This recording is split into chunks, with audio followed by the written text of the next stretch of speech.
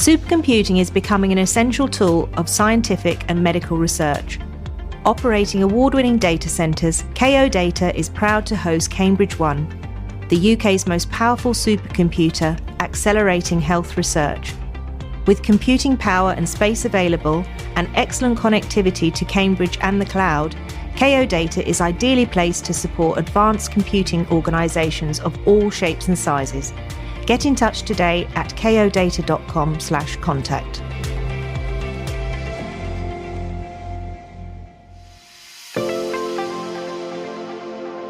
Welcome to the Cambridge Tech Podcast, talking all things technology from the heart of the UK's tech capital.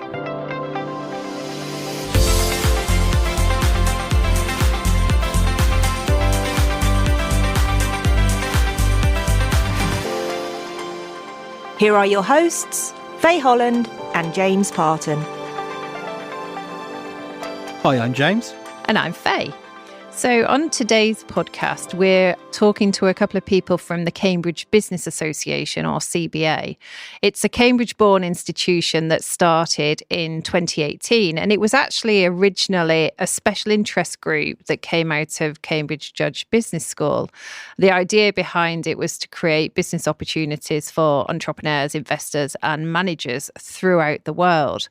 It then grew, it was hugely successful, and now runs as a completely separate business operating again throughout the world. 60 senior leaders are running this program.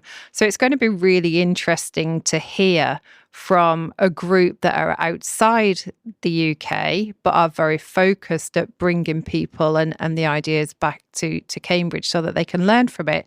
So today we have Guillermo Ramirez and Pablo Riccheri with us to tell us some more.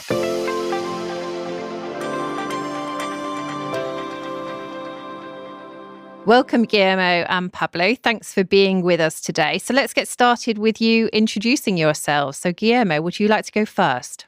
Yes, for sure. Thank you so much, Faye and James, for this huge opportunity. I'm Guillermo Ramirez. I'm a Cambridge Business Association president. I'm a Cambridge Judge Business School MBA student back from 2016. And I was the only Latin American person traveling 20 hours once a month for 2 years to complete my studies there at Cambridge. And that was a revelation for me, being a minority out of 83 managers, the only Latin person representing a continent. And that's a huge commitment in time as well. For sure, and that changed my life. So that is why we're here today. We would like to discuss with you what are the possibilities with this region down here in LatAm. Brilliant. So let's hold that thought for a minute and let's let Pablo introduce himself. Hello, this is Pablo Riccheri. Nice being here, and thank you for the opportunity, Faye and James. As Guillermo, I'm also from Latin America. I'm Argentinian, living in Chile for the last 10 years, and I joined CBA. I was invited by Guillermo on this beautiful journey here in Latin America to connect business leaders, business owners with the unique ecosystem of the University of Cambridge. So pretty excited to be on this journey. Very proud of what we are doing here in Latin America and excited to what's more to come. So, Guillermo, we've heard mention there about the Cambridge Business Association. Can you give us a little bit more information about how that came about and what it does? For sure. This all started back in 2016 when I was doing my studies there, and I realized that being a minority was a huge advantage. So I spoke with the previous dean, Christoph Locke. We had a huge conversation there to have a better representation of the region at the Judge Business School. So we created this special interest group close for Cambridge students that started operations. We did the first Latin American Business Summit. In order to add value, people from Cambridge were coming down here back in 2018. The only problem we had is that Chile, the country that was the host, exploded socially. This was an international news. We had a social turmoil. So after the 300 people that were coming down here on that week, unfortunately, we had an external negative situation that we needed to pull the plug. So everyone was invited. It was huge. But that seems a major problem was a major opportunity, because after that we grew as a Cambridge society in order to keep engaging more people that wanted to do business or know better people, better connections throughout this amazing community that we have in Brazil, in Mexico, Argentina, and so forth. And now we're operating independently to keep on adding value for executives, for founders, and investors. So, in a nutshell, James, we are on a journey to keep on embracing more people who are not aware of what Cambridge is all about, because maybe you are aware of, but Cambridge is an aspirational place for Latin people. We are influenced by the United States, so most of the Latin people go to the States. But when we talked about what Cambridge is all about, most of them want to go there, but they think, no, maybe this is not for me. Maybe I need to wait a bit more. This is way too high for my journey today. So they prefer to go to the States. We are here to change that. Yeah, so you're huge facilitators of getting all the different parts of Latin America over to Cambridge, which is really exciting. So could you tell us a little bit more about how CBA operates? And I don't know, Pablo, could you start by just telling us a little bit about the peer advisory boards and how you get all of this interface between the different C levels that are your members? Good, awesome. Yeah, it's a beautiful program, actually. I would like to start by mentioning that this program, the Peer Advisory Board, it's based on the mastermind concept, if you will. This was developed many years ago, and it became a must-have space for CEOs, non-executive director, and founders. Basically, what we do is we invite business leaders to join this unique program where we get 12 members, 10, 12, 14, who are, they don't compete, there's no conflict of interest. Secondly, it's a confidential space. And thirdly, it's a private group. So they get together once a month to discuss their most relevant business decisions. Because who better than a peer, than a CEO to advise another CEO who is in their shoes? So this is beautiful. I've been in this ecosystem for over 7 years. It profoundly changed the way I manage companies. And now having the opportunity to lead this program in Latin America is a privilege, it's an honor. So basically, it's a peer-to-peer advisory group of top executives. And Pablo, does that not exist? Did it not exist in LatAm before? No, it exists.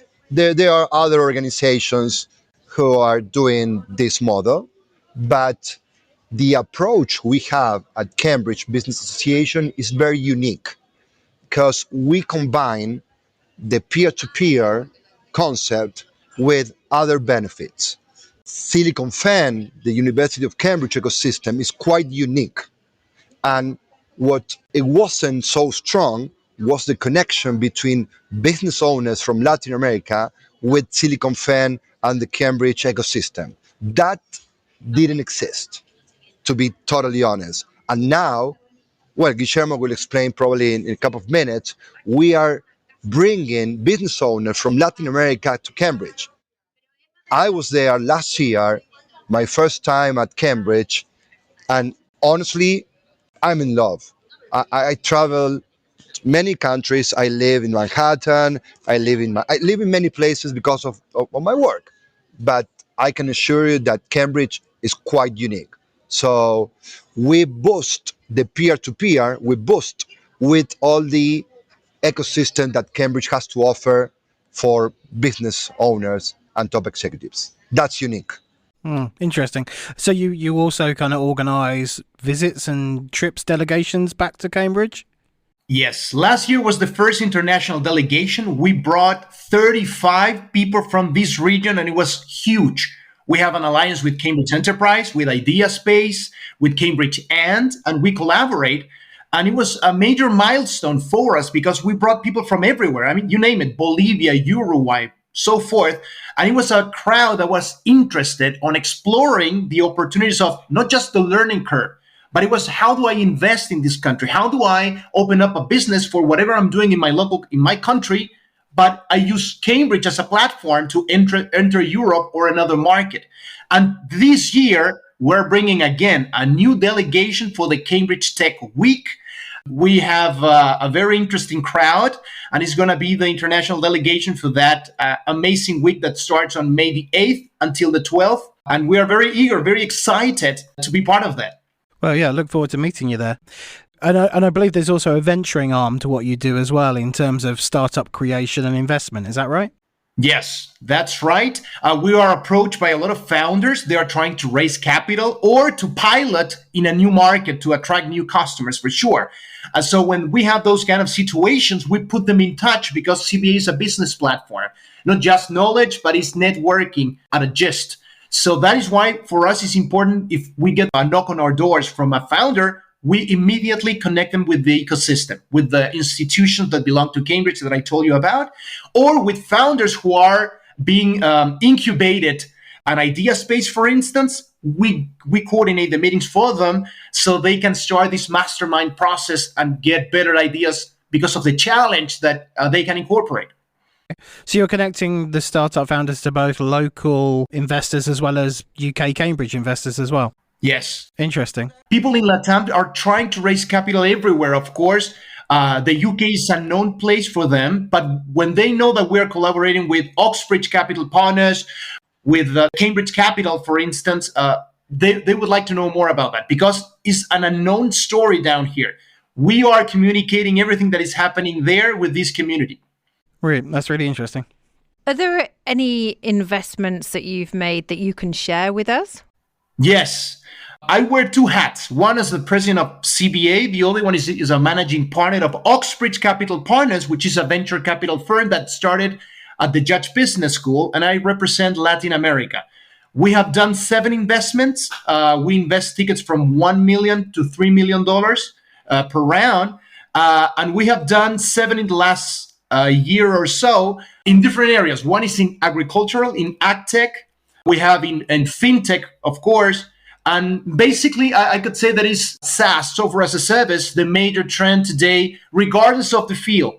But I think the magic happens when you are able to connect the dots between the founder or another founder in a complementary industry with an investor or with a Cambridge professor. What happens there is amazing. In a circle of trust, where they can open up and share their challenges. We have done that. We have proven it successfully. That is why we want to keep on going and doing these things on a regular basis.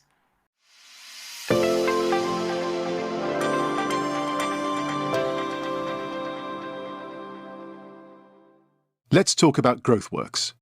It's the fully funded program that's supporting the leaders of ambitious growth businesses to scale and double their profits and productivity. If you're looking to take your business to the next step, GrowthWorks will support you to plan bigger, scale faster, and stay ahead of the game so you can deliver on both your financial and market share targets. Exclusively for businesses across Cambridgeshire and Peterborough, GrowthWorks is here to help you. Get started and arrange a call with them on www.growthworks.uk.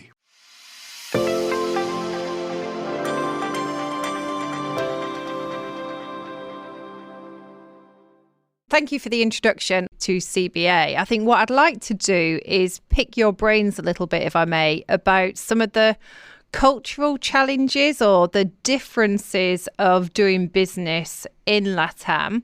Obviously, we're talking Cambridge Tech podcast, so it's a lot of Cambridge-based businesses, but many of them are global in nature, so they will be trading and collaborating across the globe.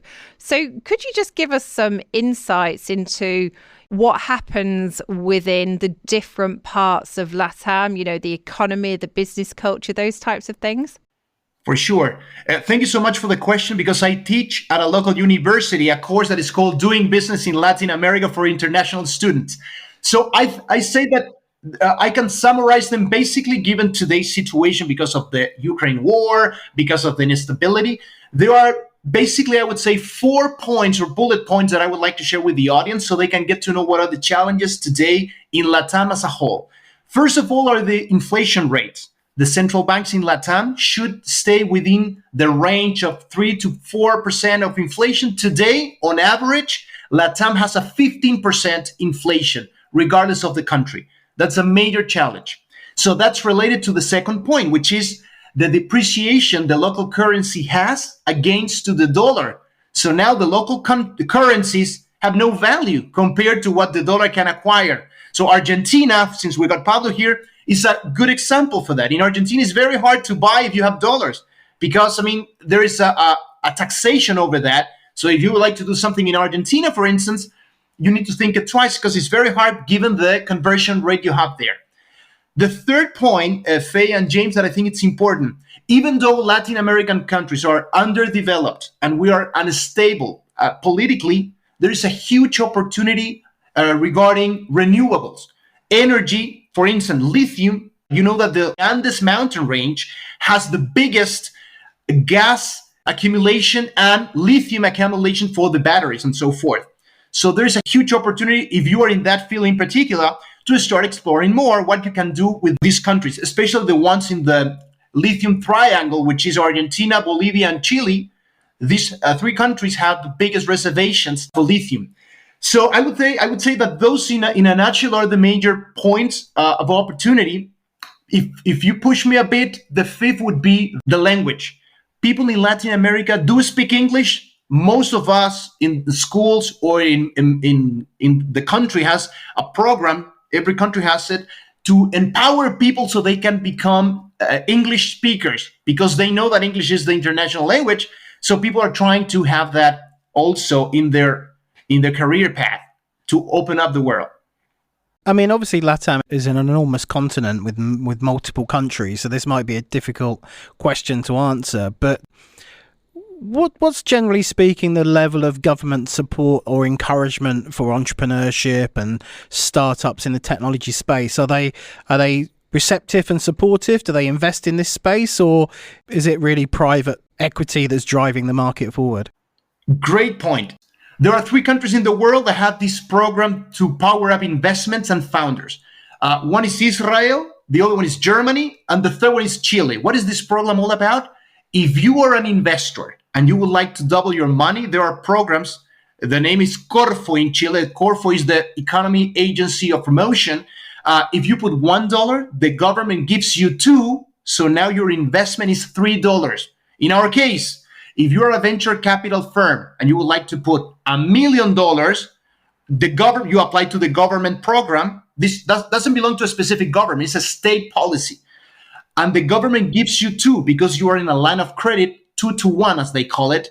So now your investment doubles. So you have the possibility of financing startups, technology-based, of course, with a local footprint to keep on adding value to the local community down here. And then, of course, you can take your money out. That's unique.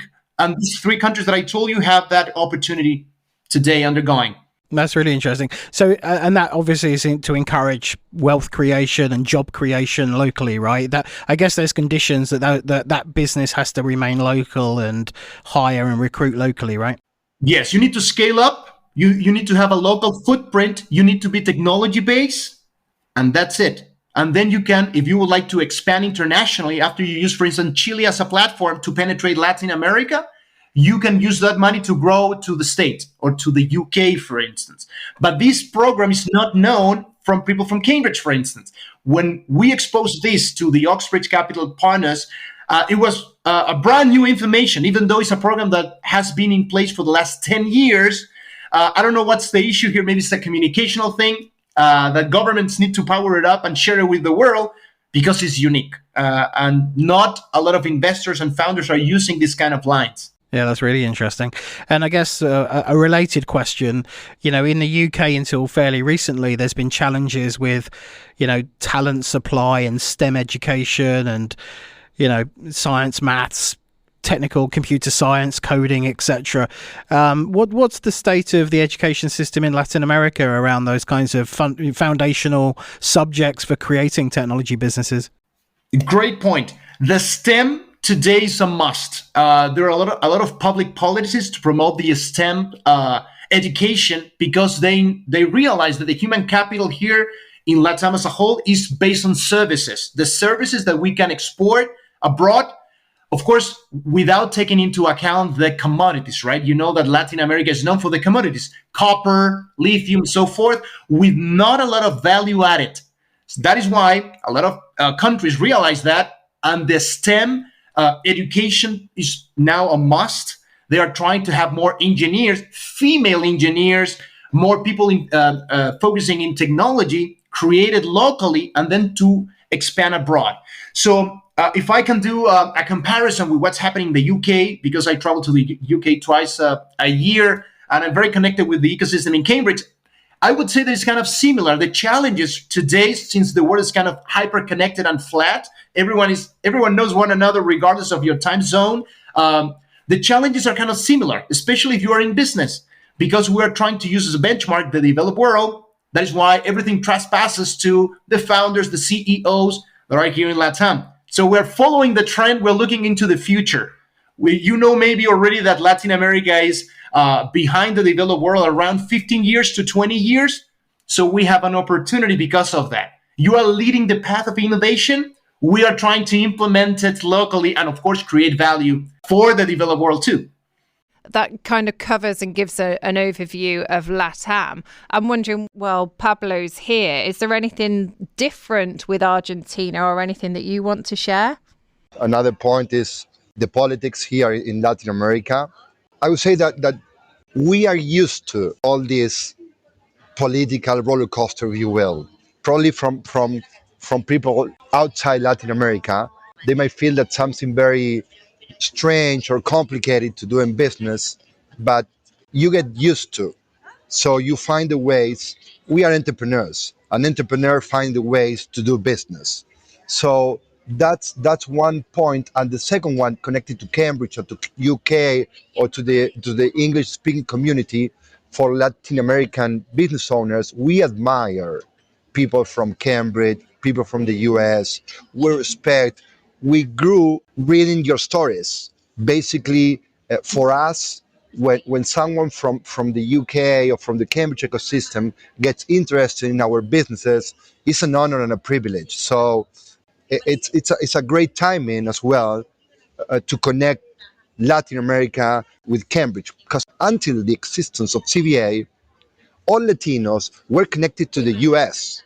So US universities, US venture capital, and there are a lot of smart entrepreneurs in Latin America, a lot of unicorns, a lot of people with a lot of studies, with money. So it's a very nice region. It was for many years only connected to the US. So now that we have CBA, honestly, the feedback that I get from the members that we have is extremely positive. And we are so thrilled with having the opportunity to doing business with the Cambridge ecosystem. That's a really nice segue, I think, to my next question. Well, actually, kind of two questions in one, if you'll allow me. The first question, well, the first part of that question is, what kind of success stories are you seeing from the collaboration? Have you got any examples of Cambridge companies that are working down in Latin America now?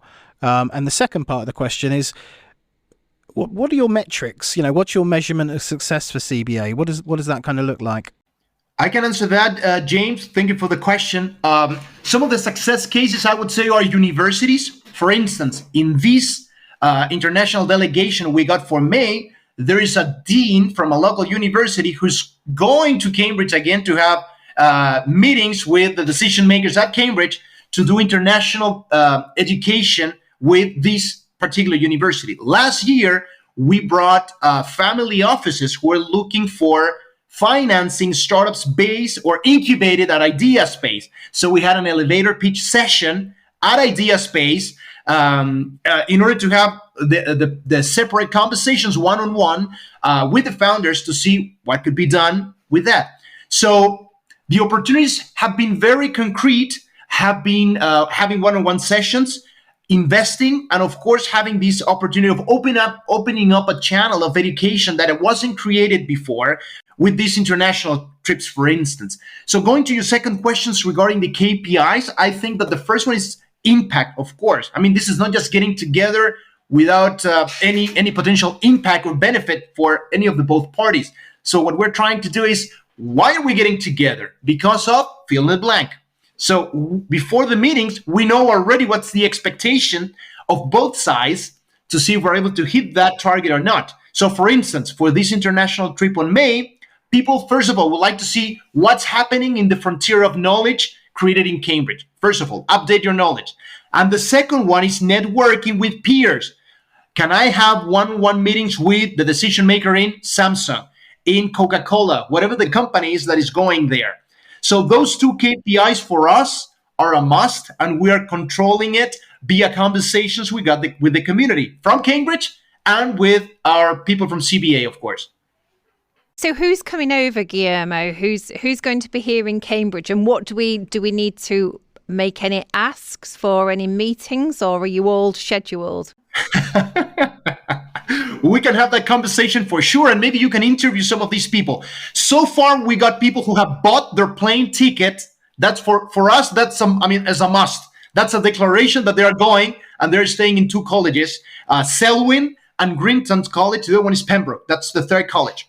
So this crowd, what's the profile of them? People on average are, I got it here open, they are 45 years of age. They got at least 15 years of expertise. The background of their industries are, we got family offices or investment. We got C-level people from engineering companies. And we got people that are from 7 countries. We got Peru, we got China, we got Germany, Chile, of course, Spain, Argentina, and Uruguay. Those are the 7 countries that are coming. So it's very diverse, female and male, of course. Most of them are C-levels. I would say out of the cohort is around 60%. I'm looking here at the stats. And the rest are investors and founders. So the opportunity is huge. If we can mingle this cohort with the people at Cambridge, at the Judge Business School, or at Cambridge Wireless, this is going to be a success for sure, especially at the coffee breaks. We believe on coffee breaks. So the coffee break for us is the opportunity to start networking properly. And that's the same here as well. That's when all the networking happens, isn't it? So the sessions are all very good and interesting, but we all like to meet each other. I mean, that's been really insightful, and I think people will be surprised to hear that the CBA exists. You know, as you say, you would think that the US would be the natural point of gravitation, which it sounds like it still is, but the work that you guys are doing to change that is really remarkable, I think. And, I think from a Cambridge Tech podcast perspective, just another interesting addition to the local ecosystem here in terms of diversifying it and becoming more international, which can only be a good thing.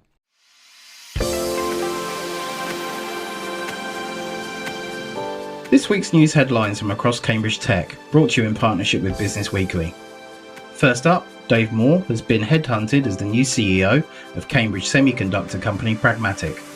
Incumbent Scott White has taken a new board role as Executive Director as the company scales on both sides of the Atlantic.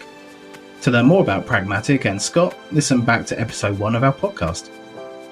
Cambridge and London deep tech business VividQ, who are working to create game-changing visual experiences through its holographic AR display technology, have appointed an advisory board of California-based industry heavyweights to help management rapidly commercialize its technology in the US and beyond.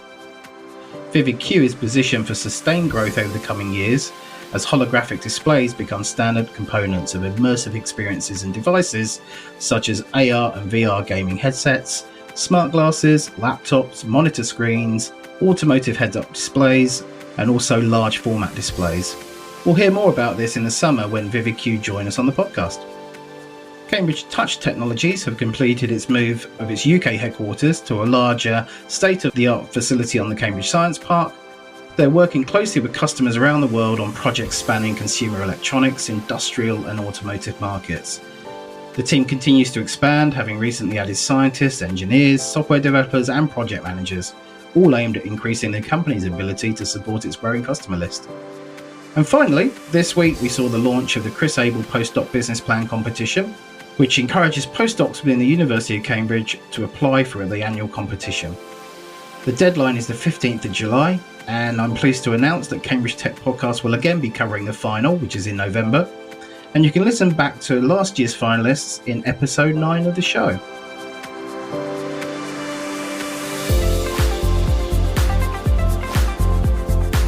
Today's show was produced by Carl Homer of Cambridge TV and supported by our media partner, Business Weekly. The Cambridge Tech Podcast is available on all major podcast platforms and on cambridgetechpodcast.com. If you've enjoyed this podcast, please give it a 5-star review. It will really help others discover the show.